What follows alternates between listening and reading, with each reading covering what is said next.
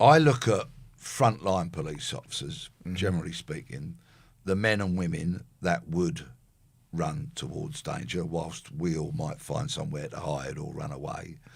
And I have unshakable, unending respect, admiration, and because I'm an ex-cop, love for them. Mm-hmm. They are, however, a very different breed from what we were, and some of that is a good thing. There was some rampant racism back in my day. Yeah. And, that is largely a thing of the past. Albeit, of course, the Met is forever being called institutionally or systematically racist. Do you think the Met is institutionally racist? It was a very foolish thing of Mark Rowley to not accept that when Baroness Casey published her report. Okay. Very, very foolish of him. He should have taken that on the chin and accepted it. I think that would have done some good. It's about the systems and the way it's set up and the way that it's operated, I think, which causes some prejudice, as opposed to being overtly racist police officers on the front line. Okay. I'm utterly convinced that if that exists, it's a tiny, tiny minority which is being rooted out. So it's not like it was in my day. If the Met's greater systems, of which I have no working knowledge, are set up so that they do prejudice against people in terms of promotion or the such like, well, that is something that should have been sorted out decades ago. Yeah. I mean, really, it's 2025. The Brixton riots were 1981. Yeah. And I was there. And then, of course, what followed was the Scarman report, which kind of said almost the same as what Baroness Casey said nearly 40 years later. But so in terms of the front line, they are different, of course. They're of two different generations, really, from my intake. They're very different. Policing is different. Their training is different, not as thorough as it should be in terms of knowing the law like they should do. And essentially, if you speak to senior police officers now, and word came back to me the other day from an officer who's shortly to take up post as a commander in the Met upon promotion. And in a discussion they were having, and somebody was trying to put forward the virtues of policing back in the day, because it wasn't all bad by a long chalk. And this senior officer turned around and just dismissively regarded everything that happened in the policing past as being elitist or racist, which of course is drivel, because it wasn't all that way in the slightest. And in the desire to reform policing, they have in many respects, thrown the baby out with the bathwater. Okay. In terms of the training, and of course the culture that they tried to dismantle. They were so stupid. The media used to bang on about police canteen culture. Senior police officers were so stupid, they thought if they got rid of the canteens, that would deal with it, right? I kid you not. I mean, and it is laughable, isn't it? Right? But so many hard-working cops now, it's why you'll see them queuing up for a burger or a sandwich or a kebab in the midst of their shift. Yeah. And then, of course, donut, idiot, what do they call themselves? These people that film them, auditors. Yeah. They'll film them and say, oh, look at the police, queuing for a Mackie D's, you know what I mean? Well, they might be doing 8, 10 or 12 hours. They are entitled to eat, and they would be in a canteen having subsidised food, except the canteens got closed. Yeah. So cut them a bit of slack. They are different. The most damaging aspect for frontline policing, and what has caused so much damage to the trust and respect that the police used to have for them, is the fact that they're led by clowns in so many regards and on so many occasions. People who just want to climb that greasy pole of promotion will trample over anybody to get what they want in terms of the next rank. And consequently, the front line are committing suicide in greater numbers than ever before. Wow, I did not know that. Are leaving policing in greater numbers than ever before, are disillusioned, and morale is on the floor. They don't trust their management, and rightfully so. Their management would trash them and their careers if they thought it was going to benefit them. So a lot of the kind of loyalty that we had to one another, the way we would look out for each other, cover each other's backs. Once that urgent assistance shout went up, it didn't matter what you were doing. If your trousers were round your ankles and you were midst doing something, you went. If you were eating, you dropped your knife and fork, you went. You did everything to protect and back up your colleagues. But I also have to say, policing now on the front line is more dangerous. They face violence at far greater levels than we did. And I'm a cop who got stabbed in the neck, stared down the barrel of a gun on more than one occasion, and had to live in witness protection. So I faced a fair amount of threat and harm and all of that in my career. But those frontline uniformed cops now, not only do they face a far greater danger, and not only are they assaulted in far, far greater numbers than we ever were, but the trauma they have to deal with. We talk about knife crime. They are holding the guts in place of young people in an effort to save their lives on a regular basis. The murder level that we have in this country would be far greater if it wasn't for the first aid rendered by police officers, paramedics, and the brilliance of surgeons, doctors, nurses, anaesthetists, auxiliary nursing staff, and everybody that keeps people alive. It would be off the Richter scale if it weren't for so many of those factors. Well, we talk about knife crime, shoplifting, youth violence. Is Britain more chaotic and more dangerous today than it's ever been? Yes. And unfortunately, people's perception and fear of crime is far greater. And there is plenty of justification for that. We're not quite universally across the nation, the Bronx yet. I'm not saying that for a moment. And there are so many beautiful places in the UK that don't have crime anywhere near the levels that we have in our inner cities. But there's a creep of crime going out into those lovely, wonderful, chocolate box cottagey, beautiful places in the Cotswolds and the such like. Drugs are everywhere. You know, I talk about my fictional Mrs. Miggins, who lives in a beautiful stone cottage in the Cotswolds, and she's a lovely lady.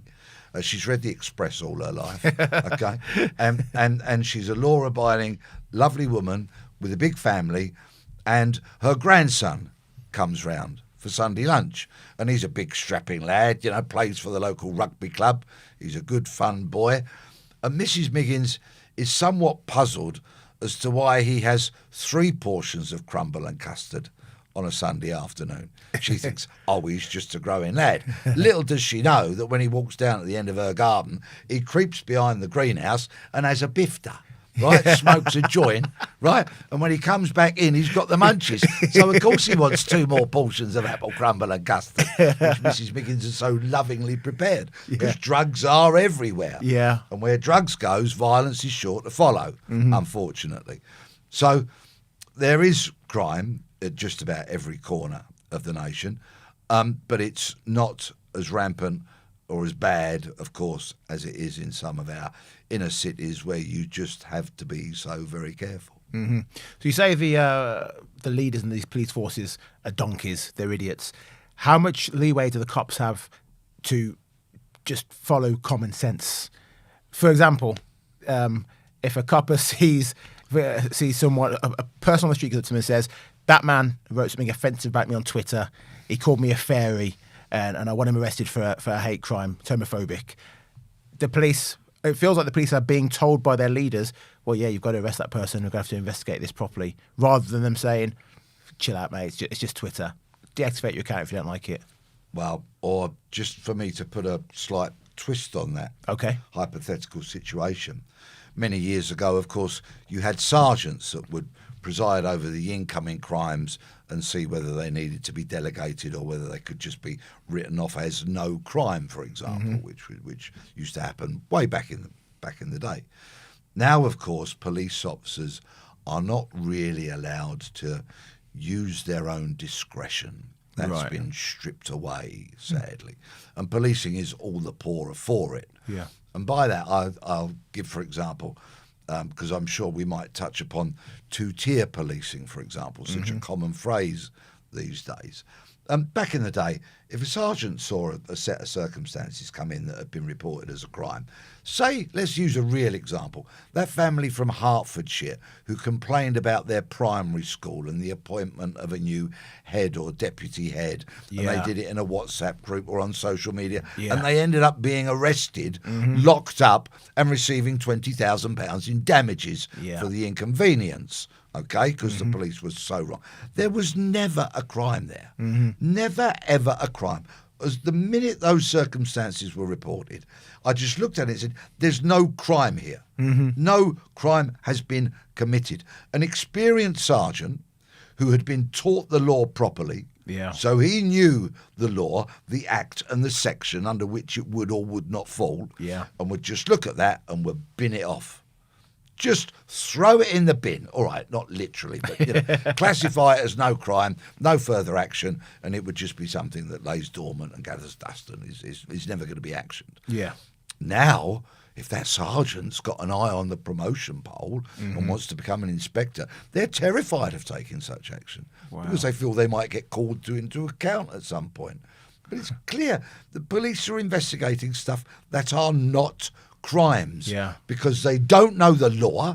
They haven't been taught well enough. They haven't been trained to learn that law word perfect. That's all old hat, you see. That's what we used to do in our day, and that's what's frowned on as being elitist and all that stuff. So they've binned all of that. But actually we knew the law and we knew the elements of the law and what evidence constituted a sufficient package to nick someone or get them charged. If you had supervising officers that really knew the law and had the courage of their own convictions, they would just discard this stuff and just say it's nonsense, it's not a crime, just file it, no further action, not a crime. But they don't. They send those unfortunate police officers, and we've all seen the videos, haven't we? Of police officers looking rather forlorn as they go up to somebody's front door and ring the doorbell, which is invariably filming them. And then they rock up and they come out with some utter drivel and go in and search the houses, largely without any kind of authority because there's not a crime being committed. The police needs to get a grip. There is some kind of signs that they're moving more towards a common sense approach, but it's a lot of police officers they got to drag with them, a lot of senior police chiefs. And of course, so much of this boils down to the fact that policing, when they changed the Metropolitan Police Force to the Metropolitan Police Service, they changed more than just the name. They changed the mindset. And so many of these highly university-educated police chiefs, who disappeared off to university, came back with their heads full of so much pseudo-intellectual claptrap, which has no place in policing whatsoever. They came back and they've deliberately changed it into a kind of social service. And that's what it's become. But what do the public want? They want a police force that is going to patrol the streets so they're visible. Hopefully you know them, and therefore they'd be contactable, right? As opposed to fill in a form on or dial, whatever nonsense number it might be. Prevent crime, investigate it promptly and professionally when it happens, and lock up bad people. That's essentially what the public want from their local police. But as the police have retreated from the streets and surrendered the streets to the criminals, because that's what they've done, that's where we're at now. That's why you've got rampant knife crime, rampant shoplifting, and so much other crime, because the streets have been surrendered. The police will justify all of that by saying, well, we had to investigate crime that happens behind closed doors. And they do have a point. Sex offences, domestic violence, child sexual abuse, that kind of stuff. Of course it needed resources deploying to it, but not at the expense of surrendering the streets. They didn't realise, those foolish police leaders didn't realise what surrendering the streets would do. And that whole shoplifting epidemic, that whole knife crime carrying and violence on the streets is entirely down to the fact, almost entirely down to the fact, that the police, sadly, tragically, surrendered the streets.